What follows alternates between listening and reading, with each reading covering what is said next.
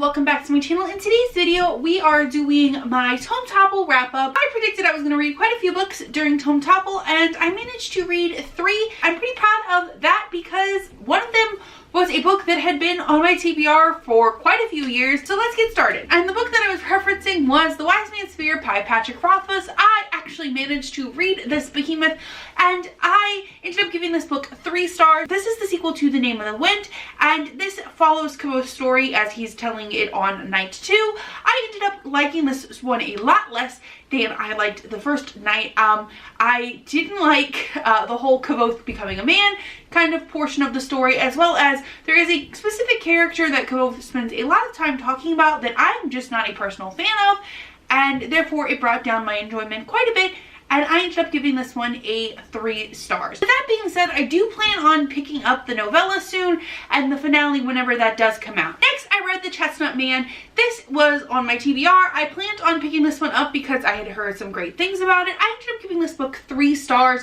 This follows a town where a serial killer who leaves chestnut men at his crime scenes, and it follows the story from there in kind of like a timeline format. I ended up giving this one 3 stars because I felt that the prologue kind of going into this story was the most action-packed and like edge of the seat gripping part of it. There were some more gripping parts along the way. However, I felt the beginning of the story was the best told, and I kind of wish the whole story had that feel to it. The last book that I managed to pick up for Tome Topple was The Poppy War by R.F. Kuang. This is an Asian-inspired fantasy, and it was very interesting. I ended up giving this book 4 stars.